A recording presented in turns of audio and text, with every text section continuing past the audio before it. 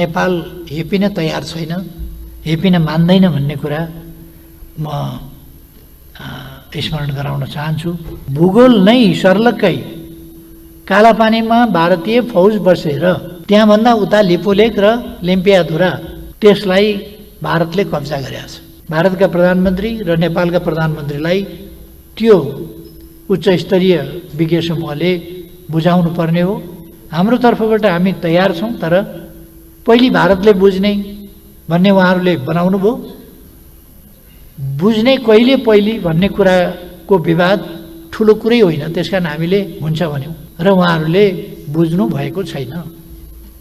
यो एउटा चाहिँ नै दुःखद कुरा हो।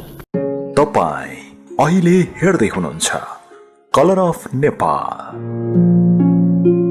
24 घण्टा ताजा खबरका लागि हामीलाई सब्स्क्राइब गर्न नभुल्नुहोला। हामी हाम्रो भूमि खाली लिम्पियाधुरा, लिपुलेक, कालापानी अहिलेको विवादको विषय त्यो हो जो भूगोल नै सर्लक्कै कालापानीमा भारतीय फौज बसेर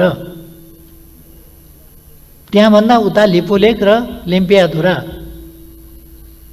त्यसलाई भारतले कब्जा गरेको छ। हामीबाट त्यो भूमि सेना राखेर छुट्याएर लगिया छ। सेना नराखेसम्म त हाम्रो भोग चलनमा छँदै थियो। सेना राखेपछि हामी सेना भएका ठाउँमा पनि जान पाएनौँ, त्योभन्दा उता पनि जान पाएनौँ र यसरी एक ढङ्गले भन्ने हो भने यो कब्जा हो।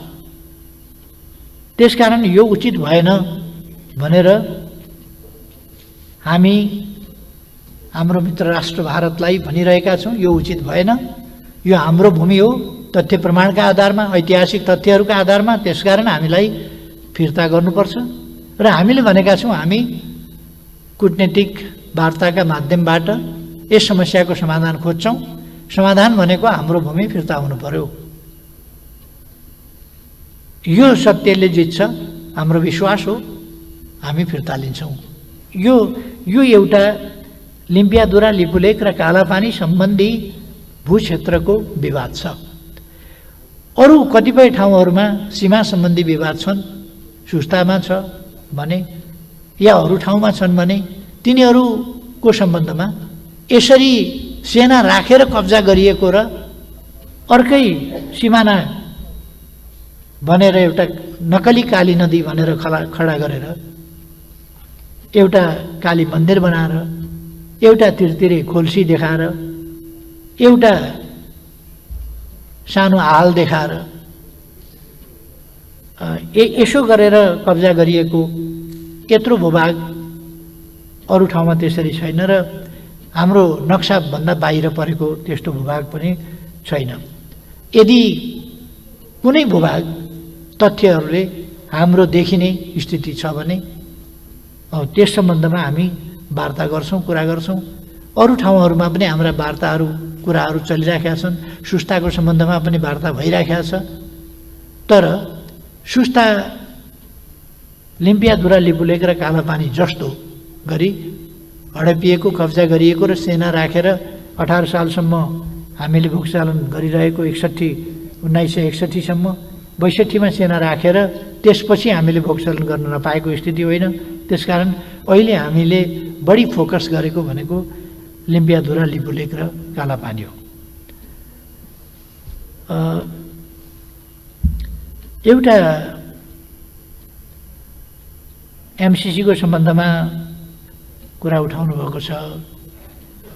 एमसिसीको सम्बन्धमा मैले पहिले पनि भनेको छु, यो अघिल्लो सरकारले गरेको सम्झौता हो। जबसम्म अन्यथा निर्णय हुँदैन, अघिल्लो सरकारले गरेका कामहरूको वैधतामाथि अन्यथा निर्णय नभएसम्म पछिल्लो सरकारले त्यसलाई पालना गर्छ। यदि त्यो उचित छैन भने त्यसलाई बदल्ने प्रयास गर्छ या बदल्छ। जबसम्म बदलिँदैन त्यो अघिल्लो सरकारले गरेको कुरा त्यो सधरै हुन्छ। मैले अविच्छिन्न उत्तराधिकार भनेको सही गलत सबै मान्नुपर्छ भन्ने होइन। हामीले पालना पनि गरेका हुन्छौँ, प्रश्न पनि उठाएका हुन्छौँ। त्यसै कारण कतिपय कुराहरू 1950 को सन्धि पालना पनि भइराखेको छ, किनभने त्यो बदर भएको छैन। तर हामीले मानेका पनि छैनौँ, त्यो अपमानजनक छ, त्यो हाम्रो हितमा छैन, त्यसकारण हामीले त्यसलाई स्वीकारेका छैनौँ। यसै कारण हामीले अघिल्लोपल्ट म प्रधानमन्त्री भएर भारत जाँदा एउटा विज्ञहरूको समूह गठन गरेर त्यो विज्ञहरूको समूहले मेहनत साथ काम गरेर एउटा प्रतिवेदन पनि तयार गरेको छ। त्यो प्रतिवेदन दुईजना प्रधानमन्त्रीलाई, भारतका प्रधानमन्त्री र नेपालका प्रधानमन्त्रीलाई त्यो उच्च स्तरीय विज्ञ समूहले बुझाउनु पर्ने हो। हाम्रो तर्फबाट हामी तयार छौँ, तर पहिले भारतले बुझ्ने भन्ने उहाँहरूले बनाउनु भयो। बुझ्ने कहिले पहिले भन्ने कुराको विवाद ठुलो कुरै होइन, त्यसकारण हामीले हुन्छ भन्यौँ।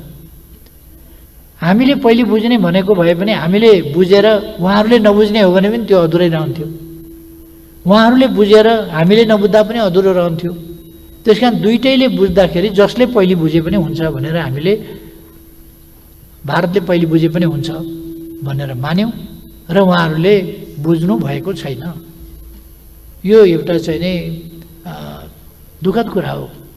उहाँहरूले त्यो बुझ्नु र त्यस सम्बन्धमा अगाडि के गर्ने भन्ने दुईटा प्रधानमन्त्रीले अगाडि बढाउने बाटो खोज्नु र त्यसका सिफारिसहरूलाई कार्यान्वयन गर्ने, त्यहाँ देखाइएका समस्याहरूको समाधान गर्ने, त्यो कामहरू गर्नुपर्ने।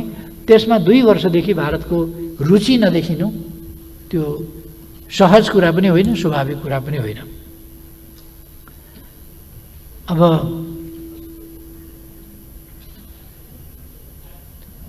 आदित्यनाथ योगीजी उत्तर प्रदेशका मुख्यमन्त्रीले बोल्नुभयो भन्ने कुराहरू केही आएको छ। यदि उहाँले त्यसरी बोल्नुभएको हो भने त्यो जायज होइन र त्यसरी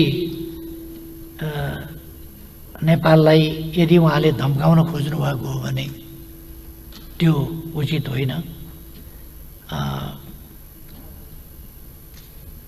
त्यो म अहिले त्यति भनौँ र उहाँको बोलाइ उहाँ केन्द्रीय सरकारको निर्णायक व्यक्ति पनि नभएको र तैपनि उहाँ मुख्यमन्त्रीको हिसाबले यदि त्यस्तो बोल्नुभएको हो भने त्यो नबोलिनु पर्थ्यो। त्यो बोल्नुभएको हो भने आलोच्य विषय हो। त्यो बोल्नुभएको र त्यसरी नेपाललाई धम्की दिनुभएको हो भने त्यो निन्दनीय विषय हो। त्यसलाई नेपालमाथिको हामी एउटा अपहेलनाको रूपमा बुझ्छौँ त्यस्तो कुरालाई। र नेपाल हेपिन तयार छैन, हेपिन मान्दैन भन्ने कुरा म योगीजीलाई स्मरण गराउन चाहन्छु।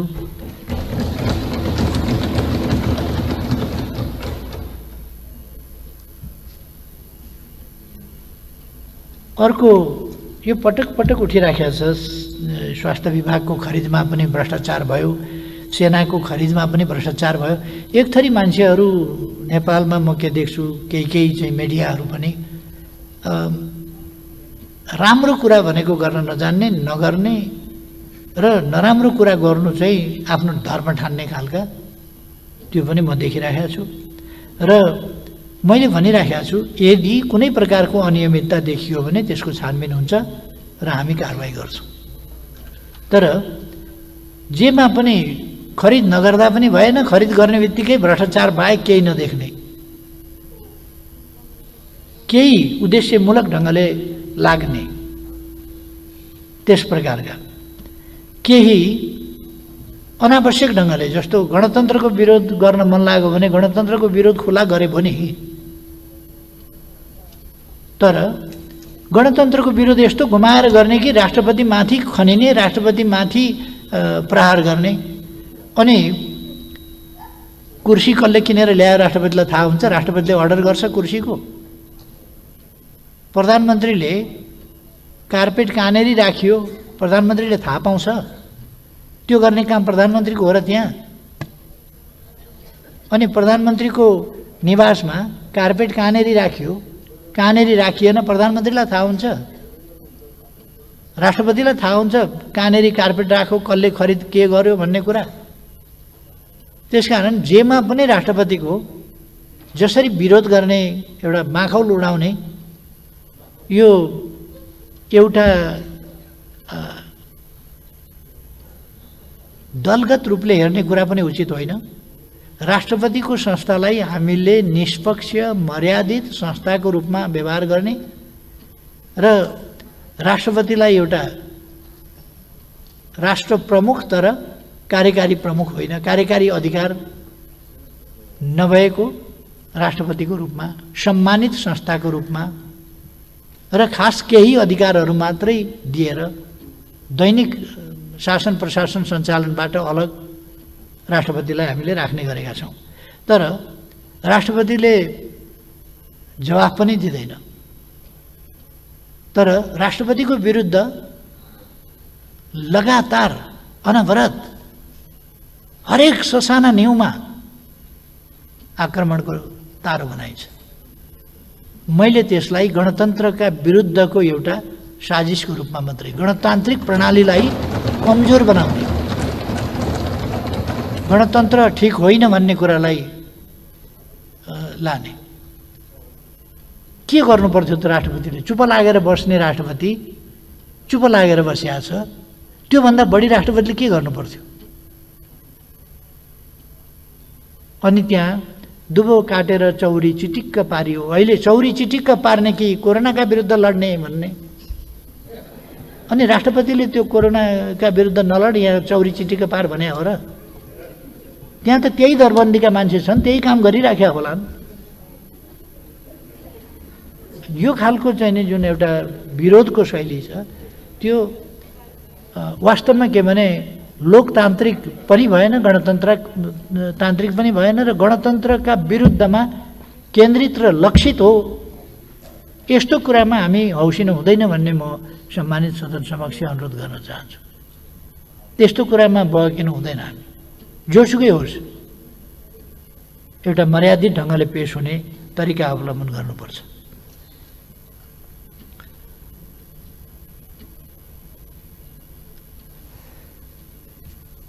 एउटा मान्यजीले प्रश्न गर्नुभएको छ, यो नेपालीको प्रतिरोध क्षमता राम्रो छ भनेर कसले भन्यो भनेर। भर्खरै सुन्नुभयो नि, मैले भनेको। त्यो त मैले भने।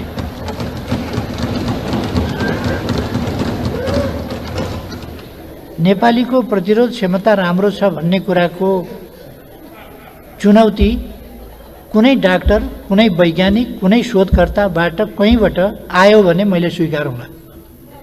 तर नेपालीको प्रतिरोध क्षमता, नेपाली अलिकति आधा नेपाली हिमाली भेगतिरै स्वच्छ हावा, स्वच्छ पानी, उकाली ओह्राली हिँडेर पहाडी जनजीवनमा बसेका छन् र स्टामिना बलियो छ एउटा। अर्को हाम्रो खानामा, अर्को तराईमा बस्नेहरूको पनि हिमालबाट ठोकिएर हामीले थाहा पाउनुपर्छ नेपालको भूगोल। यदि मरुभूमि जन्य ठाउँहरूबाट तातो हावा आयो भने हिमालको नजिक पुग्नभन्दा पहिले त्यो चिसो भइसक्छ, कायल भइसक्छ। हिमालको छेउमा पुग्नभन्दा अगाडि, हिमालसँग ठोकिनभन्दा अगाडि कायल भइसक्छ। हिमालसँग ठोकिँदाखेरि त्यो बरफ भएर पग्ने स्थितिमा पुग्छ। त्यो फर्किएको हावामा सास फेरेका नेपालीहरू। यो देश झार उम्रियो भने यार्चा गुम्बा भएर उम्रिने देश हो। यस देशमा ढुङ्गाबाट शिलाजित निस्किन्छ। यस देशमा माटो सिमरेक हुन्छ। यो देश जडीबुटीको देश हो, औषधिको देश हो। यस देशको पानी हिउँबाट हिमालमाथि बसेर त्यसपछि पग्लिएर अनेक मिनेरल तत्त्वहरूसँग खेल्दै तल रसाएर निस्किएको पानी हुन्छ। त्यसकारण यो इभेन बराबरको छ यो पानी यहाँको। त्यसकारण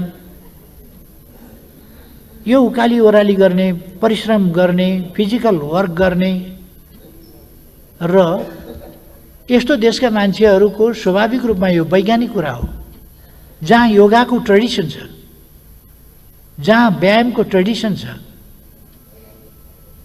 यस देशमा जहाँ योगा पैदा भयो, यस देशमा इम्युन सिस्टम तगडा छ भन्ने कुरा स्वतः सिद्ध छ। अर्को, हाम्रो भान्सामा म विनम्रताका साथ भन्छु, अरू कसैप्रति कुनै धक्का नपर्ने गरी नेपालीहरूको भान्सामा पाउरोटीमा बटर दलेर खाने तहको होइन।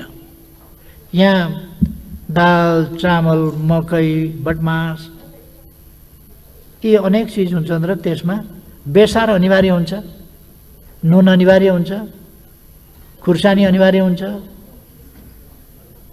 यहाँ जिरा, धनिया, प्याज, लसुन, अदुवा यी सबै औषधि हो। हरेक दिन औषधि खाएर प्रतिरोध क्षमता बढाएको नेपाली यसको प्रतिरोध क्षमता माथि हुन्छ भन्ने कुरा स्वतः सिद्ध छ। त्यसर्थ नेपालीहरूको प्रतिरोध क्षमता राम्रो छ, अवश्य राम्रो छ र हामीले यस ट्रेडिसनलाई जनताका बीचमा पनि लानुपर्छ। हाम्रा ट्रेडिसनल खानेकुराहरू, हाम्रो भान्साको तरिका, यसमा हामी कायम रहनुपर्छ। नयाँ शैली भनेर पिज्जातिर कुद्ने भन्दा ढिँडो र अचारसँग नै ठिक छ, सागसँगै ठिक छ, यतापट्टि नै हामीले सोच्नुपर्छ। म भन्न चाहन्छु, हामीले दिएको नारा निरोगी नेपालको उपचार दोस्रो पक्ष हो। पहिलो पक्ष स्वस्थ रहनका लागि उपचार कि निरोगीपन भन्दा स्वस्थ रहनका लागि आरोग्यता, निरोगीपन, त्यसका लागि सन्तुलित र औषधिमय खाना जो हामीले खाने गरेका छौँ। औषधिमय खाना यो निरोगीपनको एउटा आधार हो। दोस्रो, उपयुक्त शारीरिक श्रम वा व्यायाम, त्यो आधार हो। तेस्रो, आराम, आवश्यक मात्रामा शरीरलाई पुग्दो आराम। यो मैले मात्रै होइन, ऋषिमुनिहरूले गरेका व्याख्या हो। आहार, विहार, निद्रा, यो ऋषिमुनिहरूले आहार, विहार भनेको व्यायाम र आराम, यो ऋषिमुनिहरूले गरेका व्याख्या हो। र हामीले सकारात्मक सोचका साथ अगाडि जानुपर्छ र स्वस्थ उच्च मनोबल त्यो राख्नुपर्छ र हामी रोगलाई पराजित गर्न सक्छौँ भन्ने उच्च मनोबल, सकारात्मक सोचका साथ अगाडि जानुपर्छ र स्वच्छ स्वस्थ वातावरणमा बस्नुपर्छ, सरसफाइका साथ बस्नुपर्छ। त्यसले हामीलाई चाहिँ निरोगी रहन मद्दत गर्छ। त्यो पनि एउटा प्रतिरोधी कुरा हो। त्यसै कारण अहिले किन विज्ञानले भनेको छ बासी कुरा नखाऊ, फ्रिजको भन्दा बढी ताजा खाऊ। हामी ताजा खानेकुरा पकाएर खान्छौँ। त्यसकारण यसर्थ म नम्र निवेदन गर्न चाहन्छु, नेपालको सबै नराम्रो, नेपालको खानेकुरा पनि नराम्रो, नेपालको बाजा पनि नराम्रो, नेपालको गीत पनि नराम्रो होइन। सबैतिरको भन्दा खाना पनि राम्रो, बाजा पनि राम्रो, गीत पनि राम्रो, दोहोरी पनि राम्रो, रोदीघर पनि राम्रो, नेपालकै राम्रो।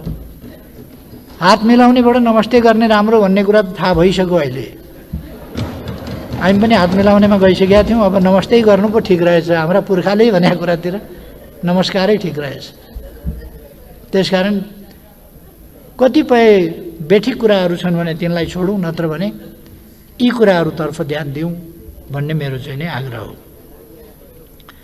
हामीले, हाम्रा पुर्खाहरूले हजारौँ वर्ष लगाएर खोज, अध्ययन, अनुसन्धान गरेर, मैले भन्ने गरेको छु, हाम्रा पुर्खाले नचाखेको कुनै पात छैन होला, वृक्षको, लहराको कुनै बोक्रो छैन होला, कुनै फुल छैन होला, कुनै जरो छैन होला हाम्रा पुर्खाले नचाखेको। त्यसै कारण कुन औषधि हो, कुन चाहिँ बिख हो, कुन औषधि केमा, कसको बोक्रो केमा ठिक हुन्छ, कसको पात केमा ठिक हुन्छ, कसको मुन्टो पिसेर लाउँदाखेरि कहाँ ठिक हुन्छ भन्ने कुरा हाम्रा पुर्खाले यो हजारौँ वर्ष लगाएर गरेको आविष्कार, ती कुराहरू हामीले छोड्नु हुँदैन। यसै कारण आयुर्वेद, होमियोपेथी जस्ता कुराहरू हाम्रा क्षेत्रका आविष्कार यी अत्यन्त महत्त्वपूर्ण छन्, मूल्यवान छन्, यसको विकास गर्नुपर्छ भन्ने हो। एउटा प्रश्न गर्नुभएको छ साथीहरूले,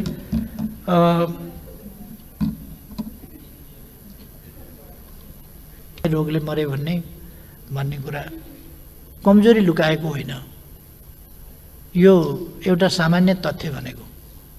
कहिले कहिले के हुन्छ भने कोरोनाले पनि मान्छे मर्छ, तर कहिले कहिले के हुन्छ भने अर्कै रोगले, कारण चाहिँ अर्कै रोगले निधन भएको हुन्छ, तर कोरोना पनि लागेको हुन्छ।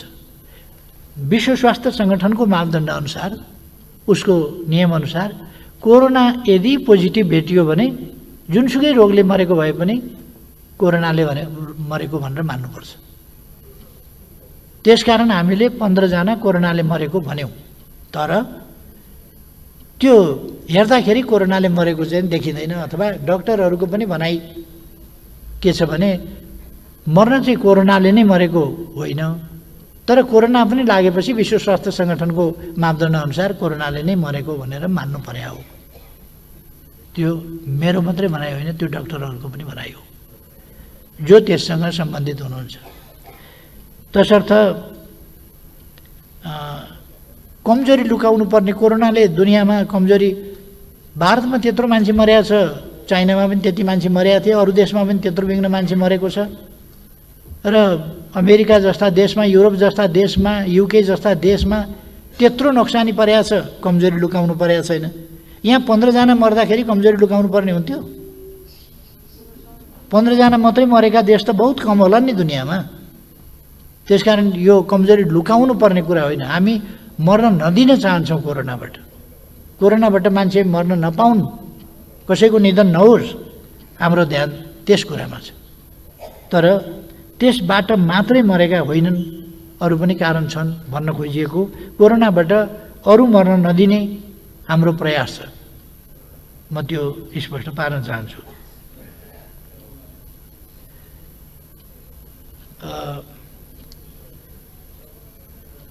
एउटा महत्त्वपूर्ण प्रश्न सोध्नु भएको छ, के प्रधानमन्त्रीजी साँच्चै अहिलेको सरकारको कामसँग सन्तुष्ट हुनुहुन्छ भनेर।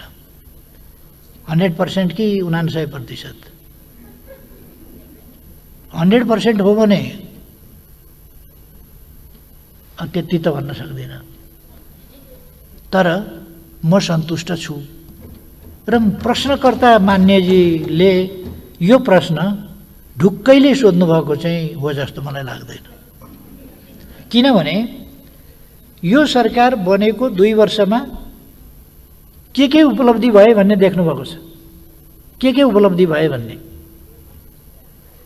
सरकारका उपलब्धिहरूलाई ओझेलमा पारेर विषयान्तर गरेर अर्को चिज देखाउन खोजिएका प्रयासहरू पनि मान्यजीले देख्नु भएको छ। सरकारले एउटा उपलब्धि गर्छ, त्यतापट्टि होइन अर्कातिर। यो चलाखले कस्तो गर्दो रहेछ भने, एउटा भैँसी व्यापारीले भैँसी बेच्ने भएछ, किन्ने मान्छे आएपछि उसले चाहिँ सोधेछ दुध कति दिन्छ भैँसीले भनेर। भैँसी किन्दाखेरि हेर्नुहोस्, खास गरेर दुध कति दिन्छ भनेर त्यति मतलब हुँदैन। सिङ कस्ता छन् हेर्नुहोस् न, सिङ हेर्नुपर्छ। सिङ उसले सिङ चाहिँ चिल्ला पारेर राखेर रहेछ, तेलसेल लगाएर अनेक गरेर। अब भैँसीको सिङले के गर्ने, दिनुपर्ने दुध। यहाँ सरकारले बाटो बनाएको छ, हामी बाटो बनाएको कुरा गर्छौँ। बाटो बनाएको कुरा नगर न। सहसचिवले किन्दाखेरि त्यहाँ, अब किन्दाखेरि यदि खाएको रहेछ भने कारवाही गर्छौँ हामी छानबिन गरेर। अनुमानित कुरा एउटा चाहिँ ठोकिदियो उसले। यता हेर न, हामी पुल बनाएका कुरा गर्छौँ, हामीले जहाजका कुरा गऱ्यौँ, मान्छेहरूले उडाए। अब जहाजको बाटो, नदीको बाटो, यो त हामी प्रयोग एक ढङ्गले प्रयोग गर्न थालेका छौँ। अर्को ढङ्गले अब आफ्नै झन्डा राखेर पानी जहाज चलाउने तयारीमा हामी लागिरहेका छौँ। यसले कति दूरी घटाउँछ? हामीले कतितिर बाटाहरू खोल्यौँ, कतितिर अरू सुविधाहरू हामीले पनि निर्माण गर्न पाइँदैन, अन्तर्राष्ट्रिय कानुनले पनि पाइँदैन, असल छिमेकीको हिसाबले पनि पाइँदैन। त्यसकारण भारतले यस्तो गर्न मिल्दैन। पहिले त्यस्ता भएकाहरू पनि सच्याउनुपर्छ भारतले, हामीले भनिराखेका छौँ। र हामी न्यायोचित कुराको हकमा अड्न, लड्न, भन्न, त्यसमा कुनै हिचकिचाउने सरकार यो होइन। यो साथीहरूले देख्नुभएको छ। हामीले सार्वभौम समानताको नीतिका आधारमा व्यवहार गर्ने गरेका छौँ र त्यसै गरेर गर्छौँ।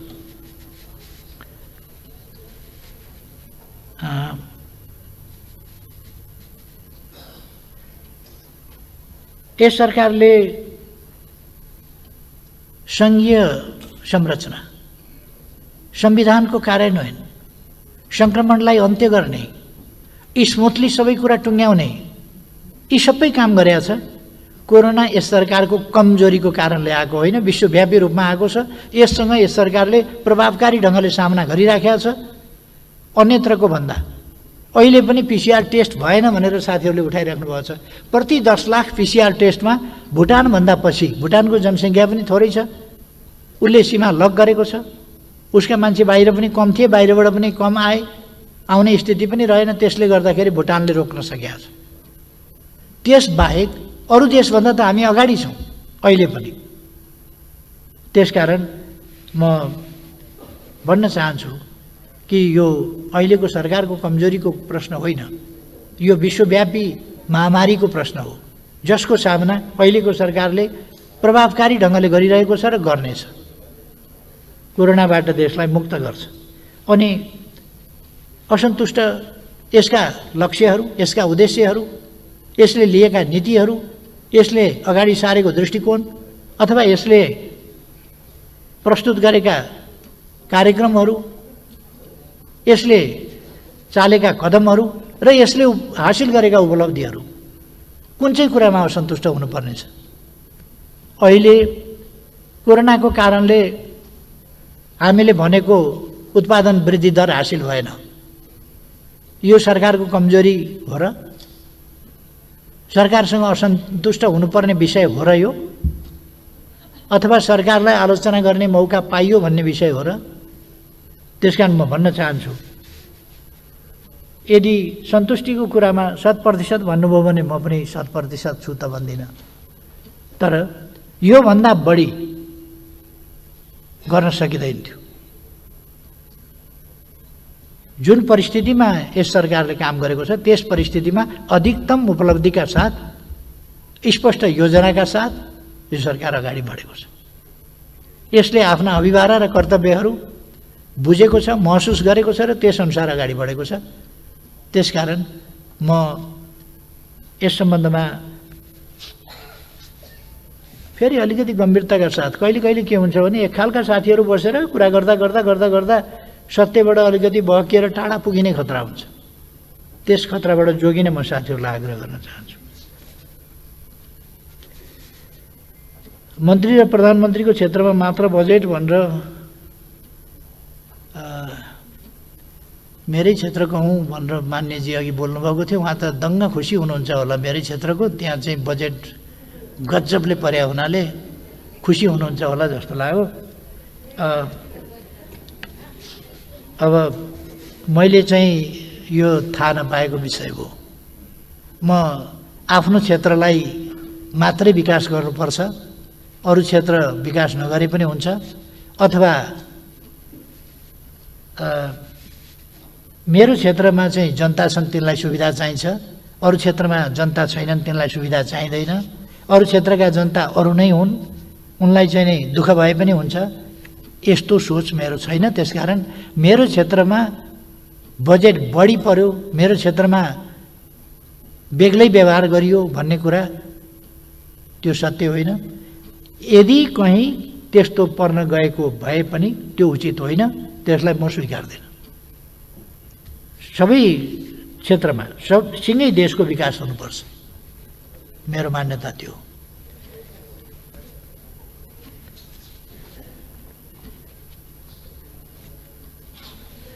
एउटा सोध्नुभएको छ साथीहरूले, महिला दलित आदि समेतका आयोगहरू किन बनेनन् भनेर म सहमतिका साथ काम गरौँ भन्ने चाहन्छु। सहमतिका साथ कुनै पनि काम अगाडि बढाउँ भन्ने चाहन्छु। यी आयोगहरू निर्माण गर्ने ठाउँ भनेको संवैधानिक परिषद हो। संवैधानिक परिषद प्रधानमन्त्रीको अध्यक्षतामा हुन्छ, विपक्षी दलको नेता हुन्छ, सभामुख हुन्छ, राष्ट्रिय सभा अध्यक्ष हुन्छ, प्रतिनिधि सभाको उपसभामुख हुन्छ, प्रधान न्यायाधीश हुन्छ। यस प्रकारको त्यसको कम्पोजिसन हुन्छ। यसको बिचमा सहमतिका साथ काम गरौँ भन्ने कुरा हो। अहिले सहमतिका साथ काम गरौँ भन्ने कुरामा अलिक सहमति बन्दै गएको स्थिति छ र अब छिटै नै यी आयोगहरू गठन हुन्छन् भन्ने मेरो विश्वास छ र म त्यस प्रयासमा लागिरहेको छु।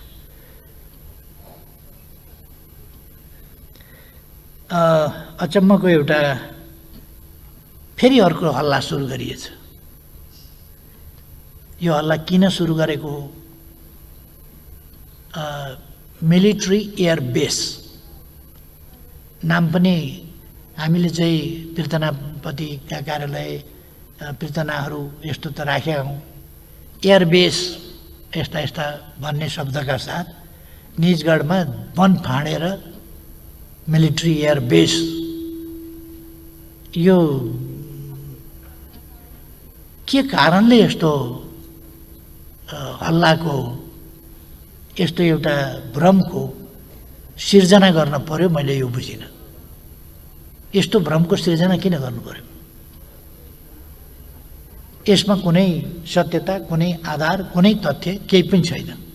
त्यसकारण म यो मिलिट्री एयरबेस बनाउने कुरा, जङ्गल फाँडेर, निजगढको जङ्गल फाँडेर त्यहाँ निजगढमा हामीले अन्तर्राष्ट्रिय विमानस्थल बनाउने भन्ने कुरा छ, त्यो अगाडिदेखि चलिराखेको छ र त्यसलाई अगाडि बढाइन्छ भन्ने कुरा म साथीहरूलाई, मान्यजीहरूलाई भन्न चाहन्छु।